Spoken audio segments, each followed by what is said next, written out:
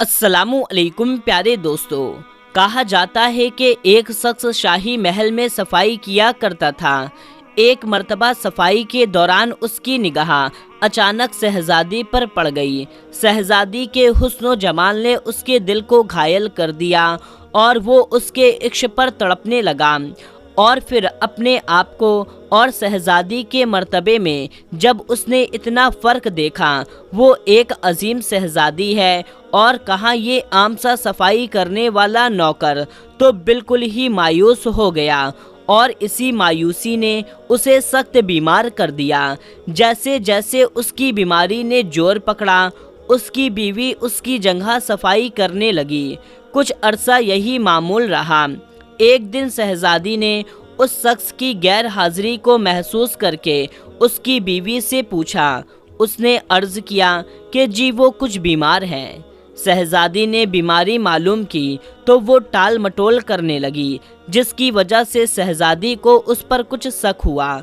लिहाजा उसने सख्ती से उसके बारे में पूछा।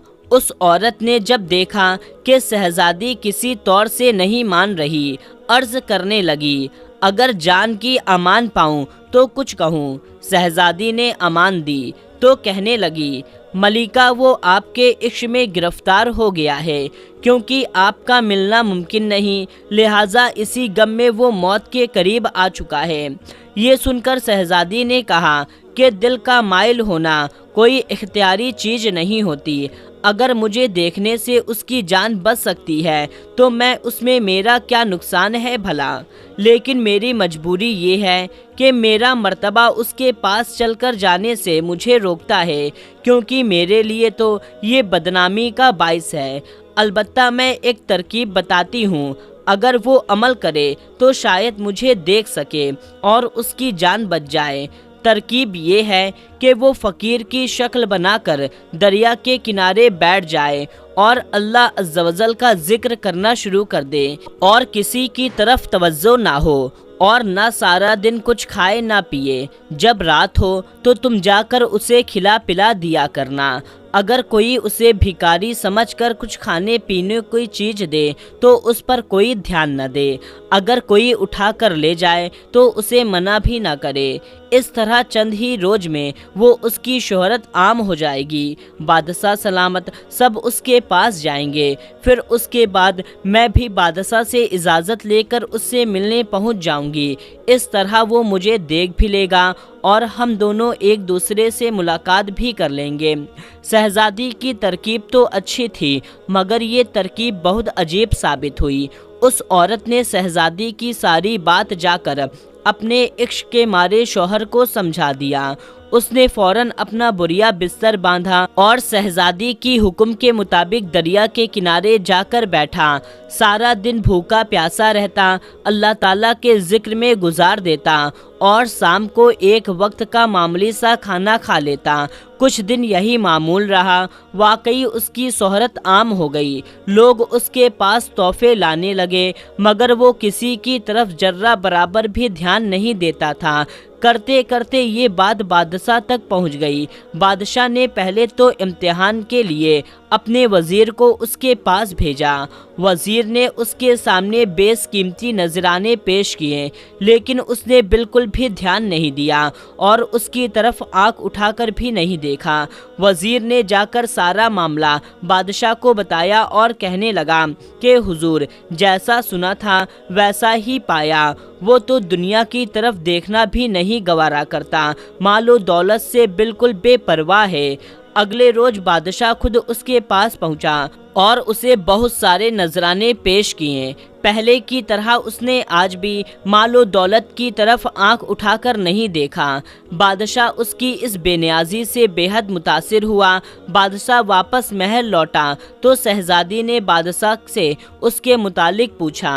बादशाह ने कहा कि फ़कीर तो वाकई अल्लाह का दोस्त है, मन का सच्चा है और दुनिया से बिल्कुल बेताल्लुक है। शहजादी ने मौकाए गनीमत समझ के अर्ज़ किया, अगर आप इजाज़त फरमाएं तो मैं भी उसकी ज़ियारत कर लूं। बादशाह ने कहा, हाँ हाँ क्यों नहीं, ऐसे बुज़ुर्गों की ज़ियारत तो ज़रूर करनी चाहिए।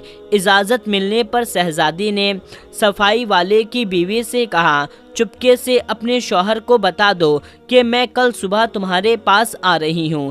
بی بی نے جب یہ بات اپنے شوہر کو بتائی تو سوچنے لگا، آج تک میں نے یہ سب کام اپنے نفس کی تکمیل کے لیے کیے، دنیا کے لیے، ایک شہزادی کے لیے، اس کے باوجود بھی بادشاہ، وزیر، سب کے سب میرے قدموں میں آ کر بیٹھ گئے۔ اگر میں اللہ کی محبت کا ناٹک کروں تو اللہ تعالیٰ مجھے اتنا کچھ دے سکتا ہے، اور اگر میں سچے دل سے اپنے رب کا نام لیتا تو اس کو اسی کے لیے پکارتا تو نہ معلوم مجھے کیا کیا عطا کر دیتا۔ یہ سوچ سوچ کر وہ بہت رویا، بہت شرمندہ ہوا اور ہزاروں قطار رونے لگا۔ اپنی نیت کو بالکل بدل ڈالا۔ اس نے شہزادی کا خیال دل سے نکال دیا اور سچے دل سے توبہ کی، اور اسی حالت میں ساری رات اللہ تبارک و تعالیٰ کو پکارتا رہا، حتیٰ کہ رات کا آخری پہر آ گیا، قسمت کے دروازے کھل گئے۔ اس کا شرمندگی سے رونا، گڑ گڑانا اللہ تعالیٰ کو اتنا پسند آیا، جب اس نے اسی گریہ اوزاری کے عالم میں آسمان کی طرف نگاہ اٹھائی تو فرش سے لے کر عرش تک تمام چیزیں اس پر کھول کر رکھ دی گئی۔ جنت کی خوبصورت مناظر اس کی نگاہوں کے سامنے تھے۔ اپنی قسمت پر رقص کرنے لگا۔ اسی حالت میں جب صبح ہوئی اور وعدے کے مطابق شہزادی اس کے پاس پہنچی تو وہ سر جھکا کر بیٹھا ہوا تھا۔ اس نے نظر اٹھا کر بھی شہزادی کی طرف نہیں دیکھا۔ باندیوں نے کہا، اے شخص، شہزادی تیرے سامنے بیٹھی ہیں، کچھ بات کرنا چاہتے ہیں تو کر لے۔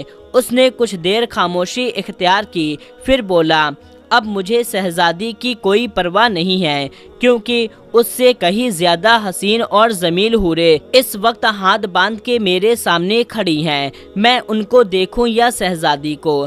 اللہ تعالیٰ نے مجھے وہ دکھا دیا ہے جن کے دیکھنے کے بعد مجھے کچھ اور بھی دیکھنے کی خواہش ہی نہیں رہی۔